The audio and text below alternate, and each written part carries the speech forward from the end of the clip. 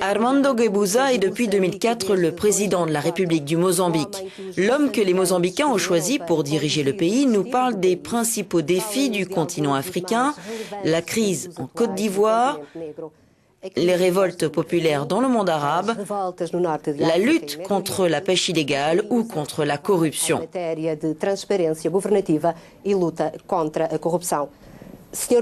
Monsieur le Président, bienvenue sur Euronews. Le monde a plus que jamais les yeux tournés vers l'Afrique. Vous êtes président d'un État membre de l'Union africaine. Quelles solutions sont envisagées pour résoudre la crise en Côte d'Ivoire? L'Union africaine a-t-elle défini une stratégie? Como pode imaginar, existe uma estratégia definida. Oui, comme vous pouvez l'imaginer, il y a une stratégie. Na cimeira em Addis Abeba. Lors du dernier sommet à Addis Abeba, nous avons créé un comité dont la mission est de proposer des solutions pour résoudre la crise en Côte d'Ivoire. Para a situação que lá existe. Neste comitê Ce comité réunit des chefs d'État et par conséquent, tous ensemble, nous espérons trouver une issue à cette situation très difficile. Mais en apparence, il n'y a pas de consensus au sein du comité. Certains accusent des pays comme l'Angola ou l'Afrique du Sud de supporter Laurent Gbagbo. Cela tend à renforcer la tension qui est déjà très forte. Il est normal que dans une situation comme celle de la Côte d'Ivoire, il y ait des différences. C'est pour cela que nous y accordons une attention toute particulière et c'est pour cela aussi qu'il était important d'intégrer ces pays au sein du comité car ils peuvent jouer un rôle de médiateur. Notre but en tant qu'Union africaine est que la Côte d'Ivoire soit gouvernée au final par celui qui a été effectivement élu par le peuple. Mais vous pensez que le conflit va se régler rapidement ? On a tous envie que ça se fasse dans les plus brefs délais. Mais dans ce genre de crise, il n'y a pas de calendrier. Ce que nous recherchons, c'est un consensus. Or, dans le cas de la Côte d'Ivoire, il y a beaucoup de divergences. Comment percevez-vous les crises politiques et les révoltes populaires en Afrique du Nord? Craignez-vous une propagation de ces révoltes à d'autres régions du continent?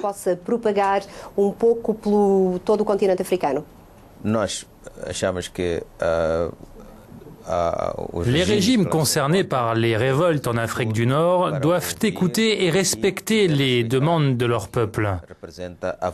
Nous sommes encore dans des phases de confrontation dont on ne connaît pas encore vraiment les issues.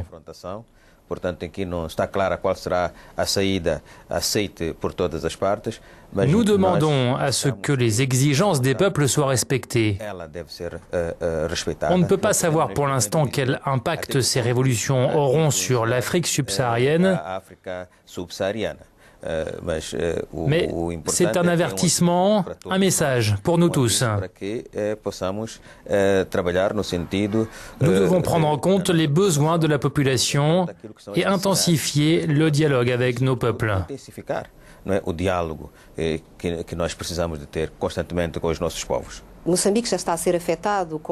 Le Mozambique subit déjà les effets des événements dans le monde arabe. On le voit avec l'envolée des prix des matières premières, surtout ceux des denrées alimentaires. Comment votre pays fait-il face à une telle flambée des cours?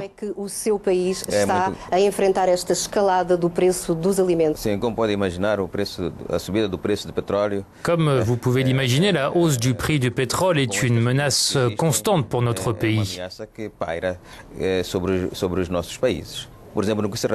Concernant l'alimentaire, je parle notamment du blé et des autres céréales. Nous pouvons répondre à la flambée des cours en augmentant notre productivité. D'ailleurs, nous sommes en train d'y travailler et la production de céréales va augmenter dès cette année. Certes, on ne pourra pas atteindre en si peu de temps les niveaux de production nécessaires, mais ce n'est qu'un début. Cela va nous encourager à produire davantage. E acelerarmos esses processos de aumento da produção e da produtividade alimentar. Le Mozambique et l'Union européenne négocient en ce moment un nouvel accord sur la pêche. La lutte contre la pêche illégale est l'un des plus grands défis de votre pays. Comment lutter contre ce phénomène et avec quels moyens? Nous collaborons étroitement avec l'Afrique du Sud et la Tanzanie. Nous recherchons aussi des soutiens au niveau européen. L'Espagne, notamment, peut nous fournir des moyens techniques et nous aider à former nos marins afin que ces derniers soient mieux préparés aux interventions.